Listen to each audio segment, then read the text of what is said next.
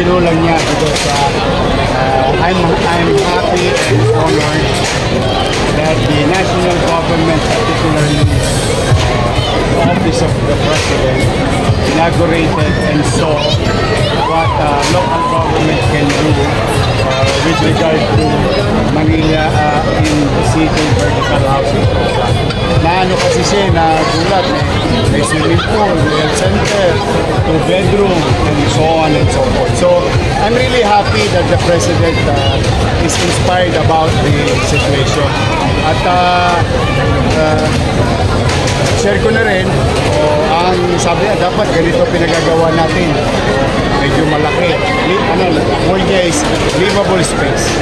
That's the exact word of the so, joke lang niya yun. Pero we'll be happy to share the idea when it is horizontal housing, which nakita niya sa Paseco, or vertical housing, which is yung mga nabanggit na.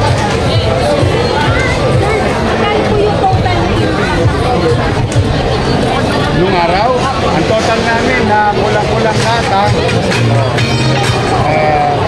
Condominium 1, Condominium 2, Binondominium 1, Base Community, San Lazaro Residence, Pedril Residence, San Sebastian Residence, Manila Zoo, Manila Science, Magsaysay, Albert, Rosauro Almario Elementary School. Kulang-kulang 15 billion. Under the premise of the Mandanas ruling. Yung kasi ang in-access namin.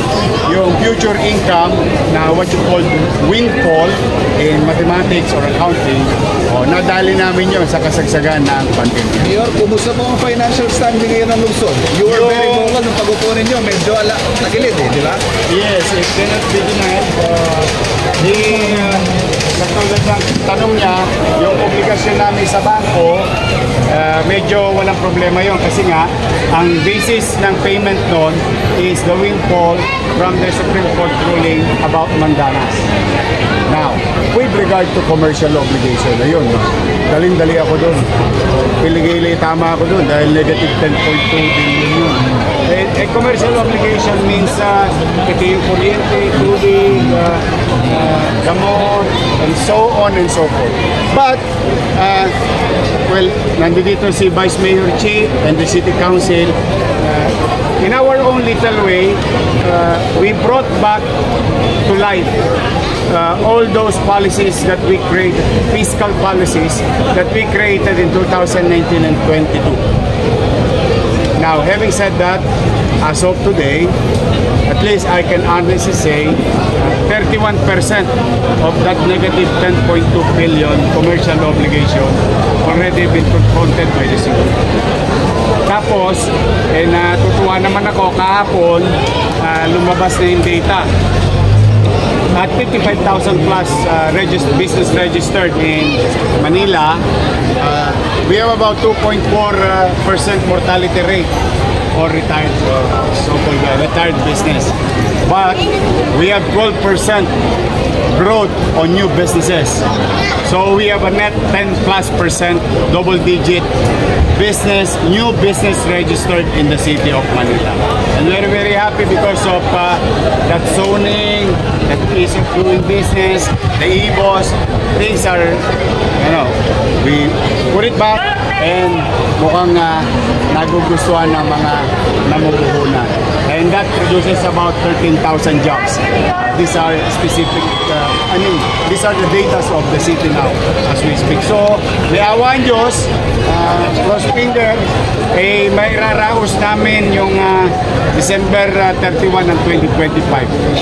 Pagkayari, patuloy kami mananalangin na liliwanag muli ang araw sa lungsod ng Maynila sa 2026. That's why we wanted to show the President because through the President's leadership, yung bagong mga memorandum ng PhilHealth galing sa kanyang administrasyon, na-access ngayon namin bilang lokal na pamahalaan at mas maganda ang access namin at mas malaki ang access namin sa PhilHealth bilang lokal na pamahalaan. As you all know, Manila modesty aside, I think the only city in the Philippines, the biggest healthcare provider with 7 hospitals and 44 health centers. And through the leadership of President Bongbong Marcos, yung binago nila sa PhilHealth na tumaas ng 30%, on top of the 30%, naging 50%, napapakinabangan namin mga local government. And that we owe it to him. We give that credit to the President. So you recently announced na hindi na magpapagpapag with Oo nga, 14 eh. May iba pa po ba kayong spending measures pagtitipid na ginagawa? Ayun naman, ano pa rin ako, yung walang toast gas, yung Christmas tree light namin kasi sa bodega lang yun. Yung parol talagang ano ko muna, tapos ginabot. Kasi while it is true na pagtagumpayan namin na mabigay on time, although kabado na ako noon, yung Christmas bonus and cash gift ang mga regular na empleyado. And pinag-iipunan ko ngayon kasi in the past, nabibigay ko yung kahit mahirap ang pera, yung extra cash gift sa COS at saka sa JO. Medyo malaking numero doon.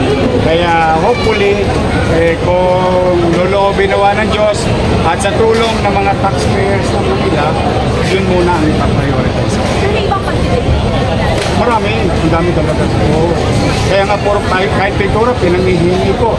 Yung mga ina-sprayan ng mga ralista, mga those already picture tayo nga, sayang. I-announce ko lang, additional Christmas to kasi. Yung model unit ay i-award natin kay Lea Arcilia. 38 years in government service. Wala ka ng toskas, damit na lang ang dadali mo. I'm happy for you. Magsimba ka mamaya. Salamat ka sa Diyos. Sa muli, congratulations sa lahat ng awardee. At nakakatuwa bilang announcement, yung pagbunot natin sa walk-in, itutuloy ko sa City Hall. Para yung mga nag-aabangers, nakita nyo kanina, no? Nakakatuwa, yung mga walk-in from Pandaca, San Miguel, Binondo, District 3, Sampalo, Tondo. Oh. So, antabayanan niyo po yung muli. Maraming salamat sa ating mga barangay officials na nandito. Thank you very much sa inyo. Tapos, magkita-kita tayo muna. Magkikita-kita pa tayo. Thank you.